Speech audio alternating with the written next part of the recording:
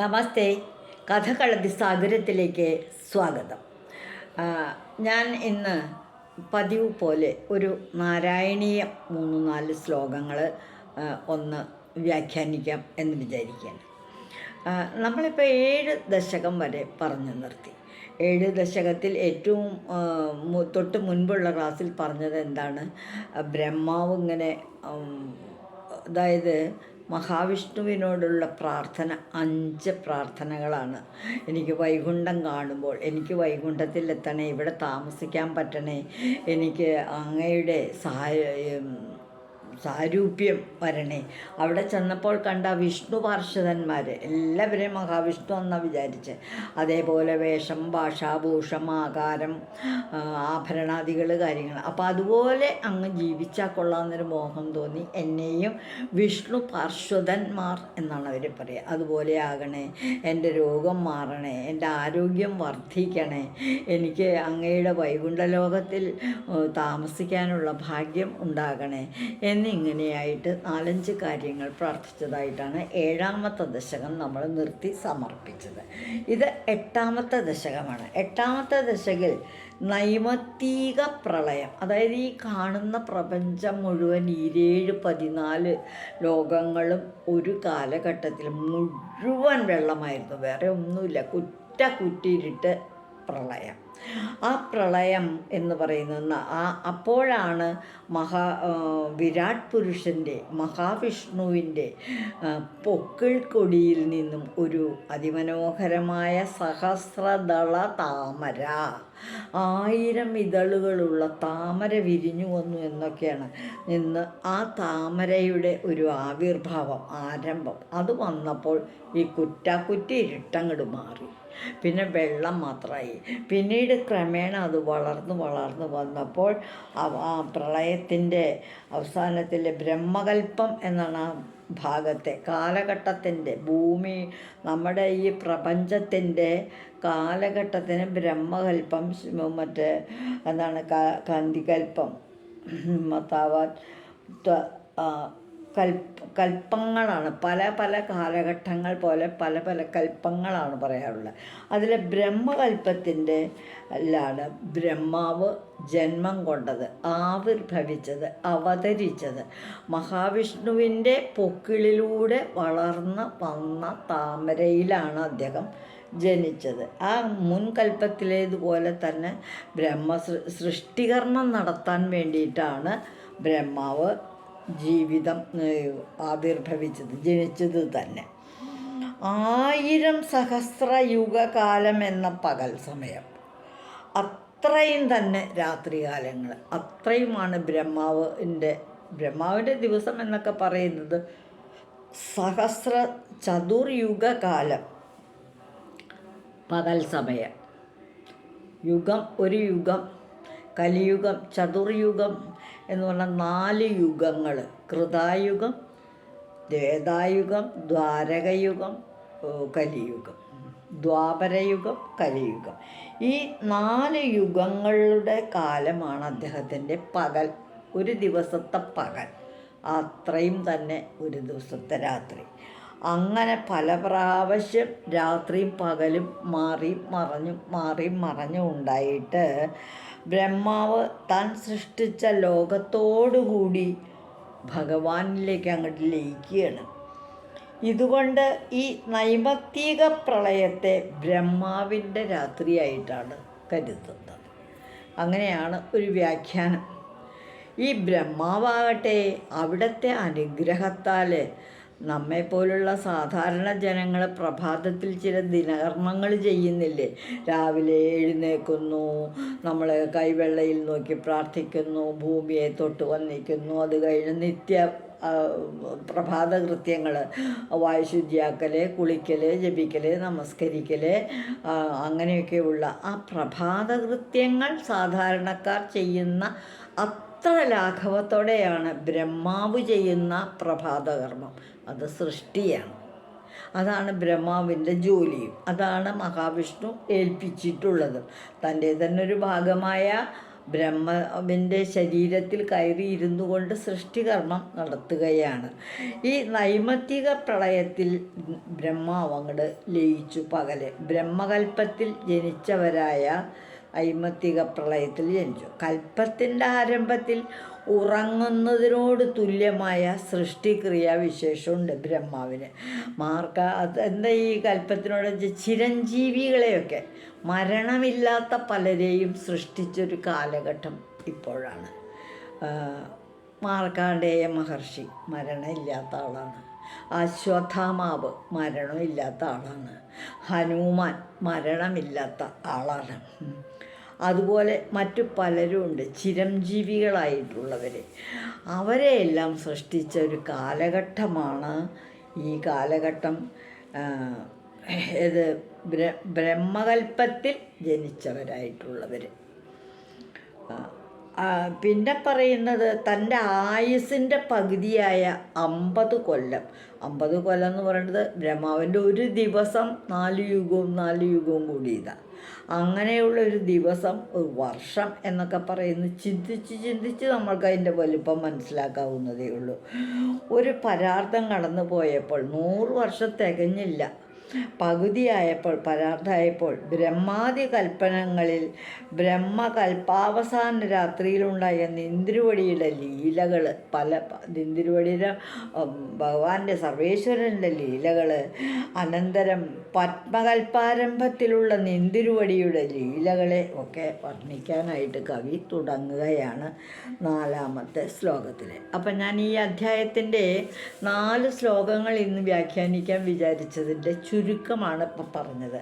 ആദ്യത്തെ ശ്ലോകം ഇനി ഒന്നുകൂടി വിശദമായി പറയുന്നതിലേക്കായിട്ട് ഓരോ ശ്ലോകങ്ങളെ വ്യാഖ്യാനിക്കുകയാണ്. 8-ാമത്തെ ദശകത്തിൽ 1-ാമത്തെ ശ്ലോകം. ഏവം താവത് പ്രാകൃത പ്രക്ഷയാന്തി ബ്രാഹ്മേ കൽപേ ഖ്യാതിമേ ലബ്ധജന്മാ ബ്രഹ്മാ ഭൂയ തത്വയേവാപ്യവേദാൻ സൃഷ്ടിം ചക്രേ പൂർവകൽപ്പോപമാനം.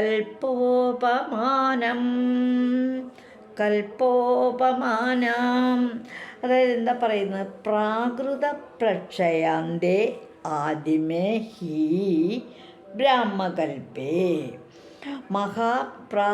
പ്രാകൃത പ്രക്ഷയാന്തേ മഹാപ്രളയത്തിൻ്റെ ആദ്യമാണ്. മഹാപ്രളയം എന്ന് പറയുന്നത് ബ്രഹ്മകൽപ്പവും പത്മകൽപ്പമൊക്കെ കൂടിയതാണ്. മറ്റു കൽപ്പങ്ങളോ പല കൽപ്പങ്ങളും കൂടിയതാണ്. അതിൽ ബ്രഹ്മകൽപ്പത്തിൻ്റെ ആദ്യത്തേതായ ബ്രഹ്മകൽപ്പത്തിൻ്റെ ആരംഭത്തിൽ മഹാപ്രളയത്തിൻ്റെ അവസാനം കൽപ്പാന്തരങ്ങൾ തുടങ്ങിയപ്പോൾ കൽപ്പാന്തകാലേ എന്ന് കേൾക്കുന്നത് മഹാപ്രളയത്തിൻ്റെ അവസാനത്തിൽ തുടങ്ങിയ ബ്രഹ്മകൽപ്പത്തിൻ്റെ അവസാനത്തിൽ എന്താണ്? ഏവം താവത് ജന്മാ ബ്രഹ്മ. ഇപ്രകാരം ജന്മം ലഭിച്ച ബ്രഹ്മാവ് വിരാട് പുരുഷനിൽ നിന്നും മഹാവിഷ്ണുവായി, വിരാട് പുരുഷനും മഹാവിഷ്ണു ഒന്ന് തന്നെ. വിരാട് പുരുഷൻ്റെ ഒരു രൂപമാറ്റമാണ് മഹാവിഷ്ണു. മഹാവിഷ്ണുവിൽ നിന്നും ബ്രഹ്മാവ് രൂപം കൊണ്ടു. ആ വിധാണ് പറയുന്നത്. ഭൂയതത്വ ഏവ വേദാനാപ്യ. വീണ്ടും നിന്തിരുവടിയിൽ നിന്ന് തന്നെ വേദങ്ങളെ ലഭിച്ചു. ആ ബ്രഹ്മാവിൻ്റെ ജന്മത്തിന് ശേഷമാണ് നിന്തിരുവടിയിൽ നിന്ന്, ഭഗവാനിൽ നിന്ന്, വിരാട് പുരുഷനിൽ നിന്ന്, മഹാവിഷ്ണുവിൽ നിന്ന് വേദങ്ങളൊക്കെ ബ്രഹ്മാവിന് ലഭിച്ചു. പൂർവകൽപ്പോപമാനം സൃഷ്ടിഞ്ചക്രേ. മുൻകൽപ്പത്തിലേതുപോലുള്ള മഹാപ്രളയകാലത്തൊക്കെ ഉള്ളതായിട്ടുള്ളതുപോലുള്ള ബ്രഹ്മകൽപ്പത്തിന് മുമ്പുണ്ടായിരുന്ന കൽപ്പങ്ങൾക്ക് മുമ്പുള്ള ആ സൃഷ്ടികർമ്മങ്ങൾ അങ്ങ് തുടങ്ങുകയും ചെയ്തു. അപ്പോൾ ഈ ശ്ലോകം ഒന്നുകൂടെ വായിക്കുകയാണ്. ഏവം താവത് പ്രാകൃത പ്രക്ഷയാന്തി ബ്രാഹ്മേ കൽപേ ഖ്യാതിമേ ലബ്ധജന്മാ ബ്രഹ്മാ ഭൂയ തത്വയേവാപ്യവേദാൻ സൃഷ്ടിം ചക്രേ പൂർവകൽപ്പോപമാനം. ഈ ശ്ലോകത്തിൻ്റെ പരിഭാഷാ രൂപം വായിക്കുമ്പോഴേ എങ്ങനെ വരും എന്ന് നമുക്കൊന്ന് നോക്കാം. മഹാപ്രളയാന്ത്യത്തിലെ ബ്രഹ്മകൽപ്പത്തിങ്കലെന്ന്. മഹാപ്രളയത്തിൻ്റെ അവസാനം കഴിഞ്ഞിട്ട് അതിലെ ആദ്യത്തെ കൽപ്പാന്തകാലം തുടങ്ങിയപ്പോൾ ആദ്യത്തെ കൽപ്പമായ ബ്രഹ്മകൽപ്പത്തിങ്കൽ അന്ന് മഹാജന്മം ലഭിച്ചരാ ബ്രഹ്മദേവന് മഹാജന്മം ലഭിച്ചു. മഹാവിഷ്ണുവിങ്കൽ നിന്നും വേദങ്ങളെ സ്വീകരിച്ചു. മുൻകൽപ്പത്തിലേതുപോലെ സൃഷ്ടി തുടങ്ങി. മുൻകൽപ്പത്തിൽ മഹാപ്രളയകാലത്തുണ്ടായ കൽപ്പത്തിലെത്തേതുപോലെ ബ്രഹ്മാവ് സൃഷ്ടികർമ്മം തുടങ്ങി. അപ്പോൾ ബ്രഹ്മാവിന് വേദങ്ങൾ ലഭിക്കുകയും ചെയ്തിട്ടുണ്ട്. രണ്ടാമത്തെ ശ്ലോകത്തിലേക്ക് പോവുകയാണ്. സോയം ചതുർയുഗസഹസ്രമിത്യന്യഹാനി താവൻവിദാശരജനേർബഹുശോ നിനായ നിദ്രാത്യസൗ ത്വയി നിലീയ സമം സ്വസൃഷ്ട്യൈ നൈമത്തികപ്രളയമാഹുരദോസ്യ രാത്രി.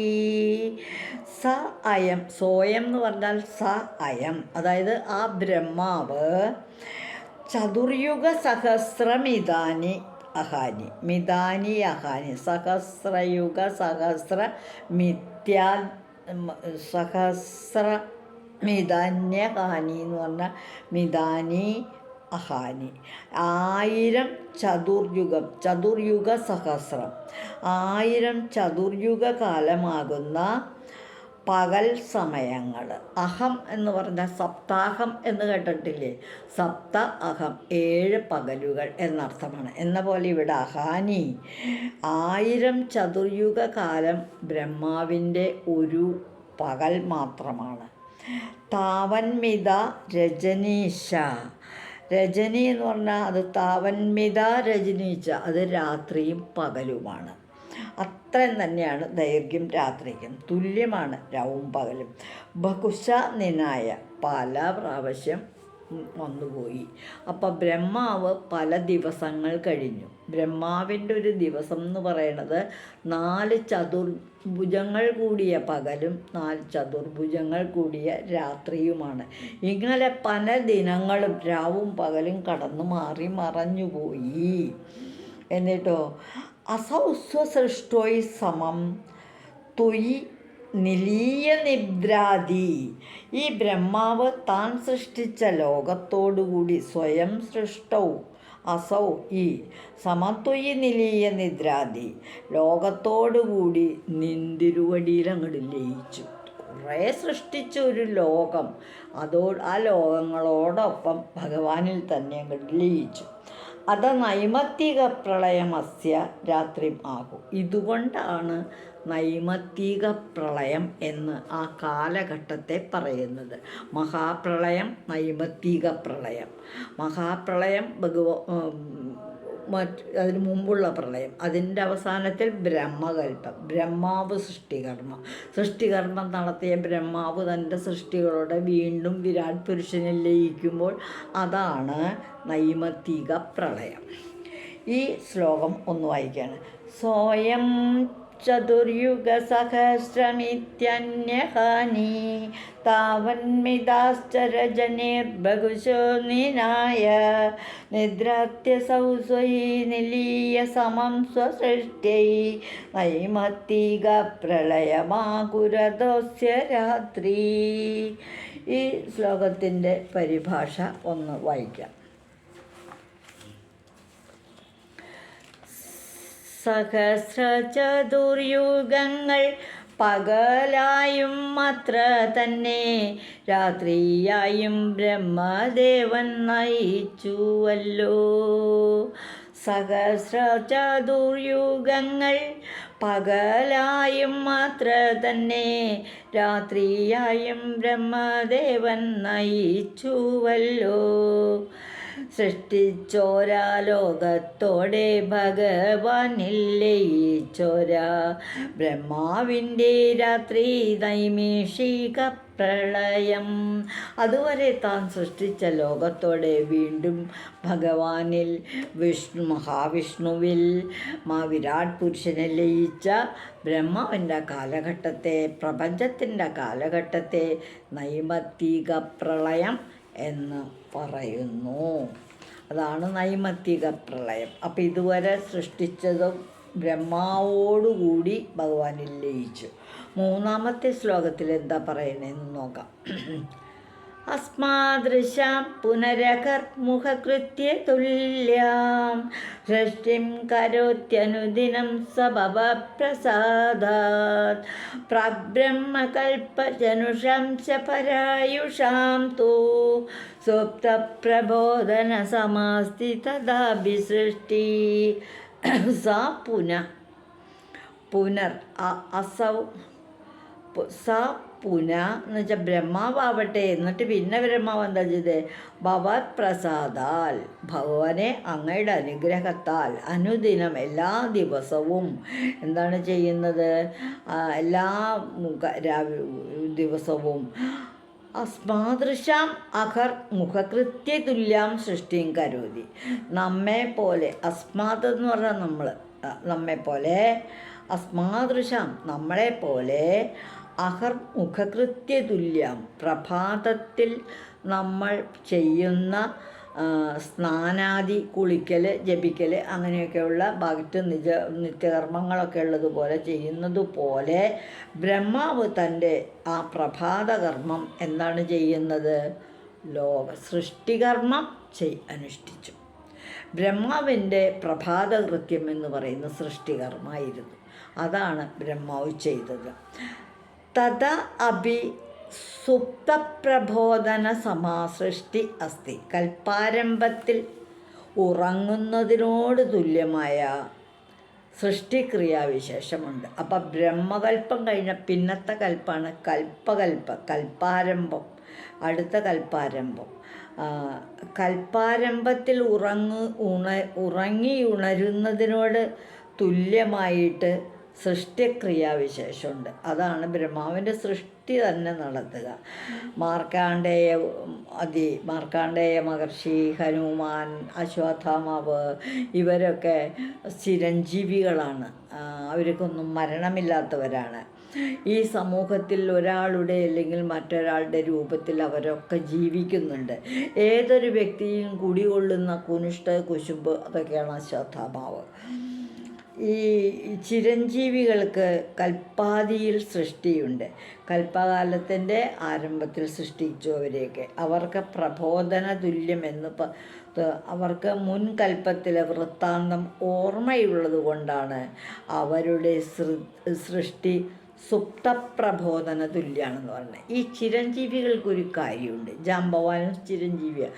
പൂർവ്വജന്മങ്ങളിൽ എന്തായത്, ഇപ്പോൾ നമ്മൾ ഈ ഒരു വ്യക്തി നമുക്ക് പൂർവ്വജന്മം ഉണ്ടായിരുന്നു എന്ന് വിശ്വസിക്കുന്നവർക്ക് വിശ്വസിക്കാം. ആ ജന്മത്തിൽ നമ്മൾ ആരായിരുന്നു, എന്തായിരുന്നു, എത്ര വയസ്സ് വരെ ആയുസ്, അച്ഛൻ ആരമ്മയായിരുന്നു ഒന്നും നമുക്കറിയില്ല. പുരാണങ്ങൾ പറയുന്നത് തന്നെ മനുഷ്യജന്മം എന്ന് പറയുന്നത് 7ാമത്തെ ജന്മമാണെന്നാണ്. അതിനു മുൻപ് 6 ജീവികളായി ജന്മമെടുത്തതിന് ശേഷം അട്ടാതേൽ തേരട്ടി തൊട്ടാരട്ടി വ്യാക്രം നക്രം ഇങ്ങനെ 6 ജീവികൾക്ക് ശേഷം കിട്ടുന്ന ജന്മമാണ് മനുഷ്യജന്മം. അപ്പം മുൻ ജന്മത്തിലെ ഒരു കാര്യങ്ങളും മനുഷ്യർക്ക് ഓർമ്മയില്ല. എന്നാൽ ചിരഞ്ജീവികൾക്ക് മുൻജന്മത്തിലെ പൂർവ്വജന്മത്തിലെ വൃത്താന്തങ്ങളെല്ലാം ഓർമ്മയുണ്ടായിരിക്കും. അത്ര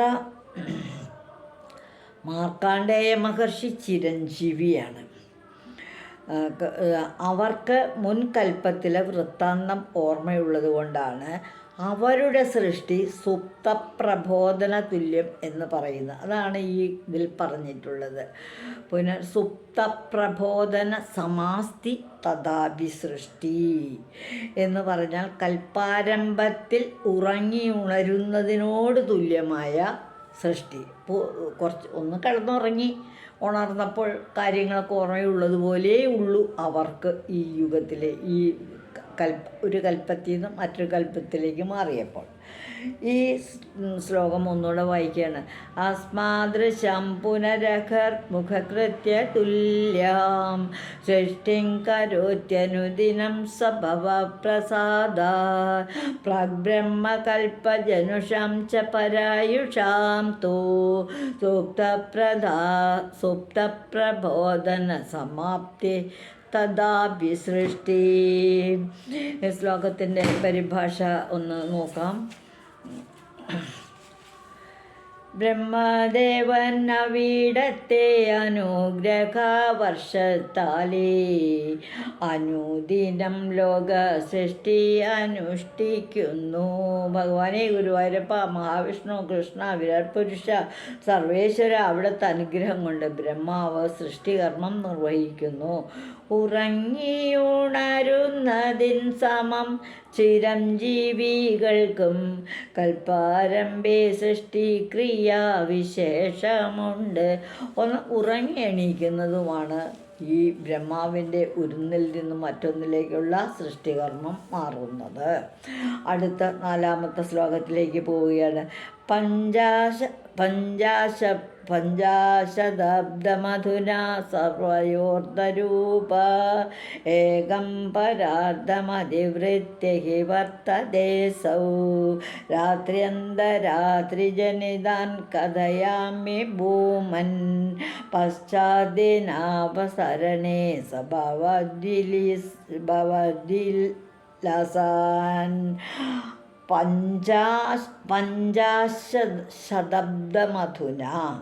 പഞ്ചാശതബ്ദമധുന എന്ന് പറഞ്ഞാൽ ഒരു പരാർത്ഥം കടന്നിട്ട് പകുതി ഭാഗം കടന്നതിന് ശേഷം അധുന അസൗ എന്ന് വെച്ചാൽ ഇപ്പോൾ ഈ ബ്രഹ്മാവ് സർവയോർദ്ധ രൂപം തൻ്റെ ആയുസ്സിൻ്റെ പകുതിയായ 50 കൊല്ലം പഞ്ചാശതബ്ദമേകം പരാർത്ഥം അതിവൃത്യ വർത്തദേഹി പോന്നിരിക്കുകയാണ്. ബ്രഹ്മാവിൻ്റെ ആയുസ്സിൽ ഒരു 50 ദശവർദ്ധം പരാർത്ഥം ഇങ്ങോട്ട് മാറി. 100ൻ്റെ പരാർത്ഥം എന്ന് വെച്ചാൽ 50 വർഷങ്ങൾ കഴിഞ്ഞു. അത്ര അന്തര്യാമി ജനിതാൻ ഭവദ്വിലാസൻ. ബ്രഹ്മാദികൽപ്പങ്ങളിൽ ബ്രഹ്മകൽപ്പാവസാന രാത്രിയിലുണ്ടായ നിന്തിരോടിയുടെ ലീലകൾ, അതായത് മായാലീലകൾ, ബ്രഹ്മാവിനുണ്ടായ മായാലീലകളെപ്പറ്റിയും പശ്ചാത്തിനാവതാരേണ ഭവദ്വിലാസാൻ ച കഥയാമി. അനന്തരം ബ്രഹ്മകൽപ്പം പത്മകൽപ്പം. ഈ പത്മകൽപ്പത്തിൻ്റെ ആരംഭത്തിലായിട്ട് നിന്തിരുവടിയുടെ ലീലകളെപ്പറ്റി ഞാനൊന്ന് സ്മരിക്കുകയാണ് എന്നാണ് പറയുന്നത്. ശ്ലോകം ഒന്ന് വായിക്കാം. ഇത് വസന്തതിലക വൃത്തത്തിലുള്ളതാണ്. അതായത് ഇതുണ്ടല്ലോ വെങ്കിടേശ സുപ്രഭാതമൊക്കെ, അതുപോലെയൊക്കെ പാടാകുന്നതാണ്. എനിക്ക് സംഗീതവാസന ഇത്രയേ ഉള്ളൂ, അതുകൊണ്ട് ഞാൻ ഇങ്ങനെ പാടുന്നു എന്നേ ഉള്ളൂ. ഭംഗിയായിട്ട് പാടാറിയുന്നവരെ ആ വിധത്തിൽ ആ ഈണത്തിൽ പാടിയാൽ നമ്മളറിയാതെ നമ്മൾ കേട്ടിരിക്കും, നമ്മുടെ മനസ്സിൽ കയറും. പഞ്ചാശതബ്ദമധുന സ്വവർദ്ധയോർദ്ധരൂപ പഞ്ചാശതബ്ദമധുനാ സ്വവയോർദ്ധരൂപ ഏകം പരാർദ്ധമതിവൃത്യ ഹി വർത്തതേസൗ തത്രന്ത്യരാത്രിജനിതാൻ കഥയാമി ഭൂമൻ പഞ്ചാദിനാവതരണേ ച ഭവദ്വിലാസാൻ. ഇങ്ങനെയാണ് അത് ഭംഗിയായിട്ട് പാടുന്നത് ഞാൻ കേട്ടിട്ടുണ്ട്. പാടാൻ അറിയുന്നവരൊക്കെ ഒരു 4 പ്രാവശ്യം തെറ്റുവിടാണ്ട് പാടിക്കഴിഞ്ഞാൽ പിന്നെ സുഖമായിട്ട് വായിക്കാനായിട്ട് സാധിക്കും. ഈ ശ്ലോകം ഇതിപ്പോൾ 4-ാമത്തെ ശ്ലോകമാണ്. കൽപ്പാവസാനത്തിങ്കലോ ബ്രഹ്മദേവൻ നിദ്രത്തെ ഒരു പരാർദ്ധ വത്സരം പിന്നിട്ടല്ലോ ബ്രഹ്മദേവൻ. ഒരു പരാർത്ഥം എന്ന് വെച്ചാൽ പകുതി കാലം, 50 സംവത്സരങ്ങൾ, വർഷങ്ങൾ ബ്രഹ്മദേവൻ്റെ വർഷങ്ങളാണ് കേട്ടോ. പിന്നിട്ടല്ലോ എങ്ങുമെങ്ങും നിറഞ്ഞൊരാ ദേവേശ, സർവേശ്വര എങ്ങുമെങ്ങും നിറഞ്ഞു നിൽക്കുന്നു. ബ്രഹ്മകൽപ്പാന്ത്യത്തിലെയും പത്മകൽപ്പാന്ത്യത്തിലെയും അവിടുത്തെ ലീലകളെ വർണ്ണിച്ചിടട്ടെ. ഇനി ബ്രഹ്മകൽപ്പത്തിലെയും പത്മകൽപ്പത്തിലെയും അവിടുത്തെ ലീലകൾ, ഭഗവാന്റെ ലീലകളെ ഞാൻ വർണ്ണിക്കാനായിട്ട് പോവുകയാണ്. ഇനി അടുത്ത ഒരു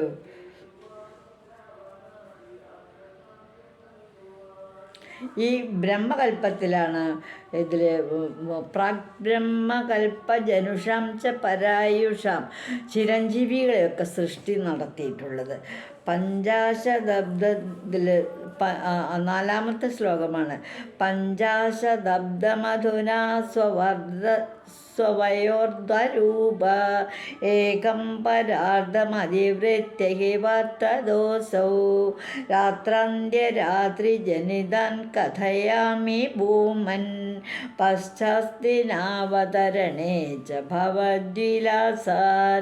അധുന അസു, ഇപ്പോൾ ഈ ബ്രഹ്മാവ് സ്വവയോർദ്ധരൂപം തൻ്റെ ആയുസ്സിൻ്റെ പകുതിയായ 5, 10, പഞ്ചാദശ ശബ്ദം 50 കൊല്ലമാകുന്ന ഒരു പരാർത്ഥം കടന്നു. അതിവൃത്യവർത്തദേഹി ഭൂമൻ, പോതിരിക്കുക എങ്ങും. തത്ര അന്തര്യാമി ജനിതാൻ ഭവദ്വിലാസാൻ. പകുതി കാലം പകലാണെങ്കിൽ പകുതി കാലം രാത്രിയുമാണ്. അതിനെയൊക്കെ പിന്നിട്ട് മുന്നോട്ട് പോരുകയാണ്. പശ്ചാദിനാവതരണേ ഭവദ്വിലാസൻ, ആ കഥയിലെ അനന്തരം പത്മകൽപ്പത്തിലുള്ള നിന്തിരുവടിയുടെ ലീലകളെയാണ് ഞാൻ ഇനി വർണ്ണിക്കാനായിട്ട് പോകുന്നത്. ഇതാണ് 4ാമത്തെ ശ്ലോകം പറയുന്നത്. നമുക്കൊന്ന് നോക്കാം. ഒരു പരാർദ്ധ വത്സരം പിന്നിട്ടല്ലോ ബ്രഹ്മദേവൻ എങ്ങുമെങ്ങും നിറഞ്ഞൊരാ ദേവേശ. ബ്രഹ്മകൽപ്പാന്ത്യത്തിലെയും പത്മകൽപ്പാന്ത്യത്തിലെയും അവിടുത്തെ ലീലകളെ വർണ്ണിച്ചിടട്ടെ. ബ്രഹ്മകൽപ്പത്തിലും പത്മകൽപ്പത്തിലുള്ള ബ്രഹ്മാവിൻ്റെ ലീലകളെ, സൃഷ്ടികർമ്മത്തിലെ ലീലകളെ ഒന്ന് വിവരിക്കാനായിട്ട് പോവുകയാണ് ഭക്തകവി. ഇന്ന് നമ്മൾ ഇവിടെ എത്തുന്നു. ഈ പറഞ്ഞിട്ടുള്ള എല്ലാവിധ കാര്യങ്ങളും ഭഗവാൻ ഗുരുവായൂരപ്പൻ്റെ പാദങ്ങളിൽ സമർപ്പിക്കുന്നു. ഓം നമോ ഭഗവതേ വാസുദേവായ. ഇതുവഴി വന്നാലും ഇത്തിരി നേരമിരുന്നാലും കഥകൾ കേട്ടാലും കളിയായി പറയും കഥയാണേ, കാര്യം പറയും കഥയാണേ. എല്ലാവരും പല പ്രാവശ്യം ഈ പറഞ്ഞ കാര്യങ്ങളൊക്കെ ശ്രദ്ധിക്കും.